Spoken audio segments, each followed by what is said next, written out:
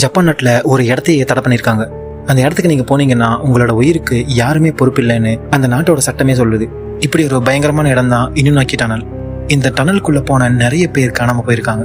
அங்கே போன நிறைய பேருக்கு என்ன ஆச்சுன்னு இது வரைக்கும் தெரியல. அந்த டனலுக்குள்ள இருந்து தப்பிச்சு வந்தவங்களா என்ன சொல்லியிருக்காங்கன்னா, அங்கே நிறைய உருவங்கள் பார்த்தோம்னு, நிறைய வித்தியாசமான சத்தங்கள் கேட்டோம்னு சொல்லியிருக்காங்க. இதே மாதிரி ஒருத்தர் அந்த டனலுக்குள்ள காரை ஓட்டிகிட்டே போயிட்டு இருந்தப்போ அந்த டனலை சுற்றி நிறைய கொடூரமான சத்தம் கேட்க ஆரம்பிக்குது. அதையெல்லாம் கண்டுக்காம அவர் அந்த காரை ஓட்டிட்டு உள்ளே போயிட்டே இருக்காரு. திடீர்னு அவருடைய பின்னாடி சீட்ல ஏதோ ஒரு கருப்பு நிறத்துல ஒரு உருவம் உட்கார்ந்துருக்கிறத பார்த்து ஒரு நிமிஷம் அவருக்கு என்ன பண்றதுனே தெரியாம பயத்துல காரை அந்த டனலோட செவத்திலேயே மோதுறாரு.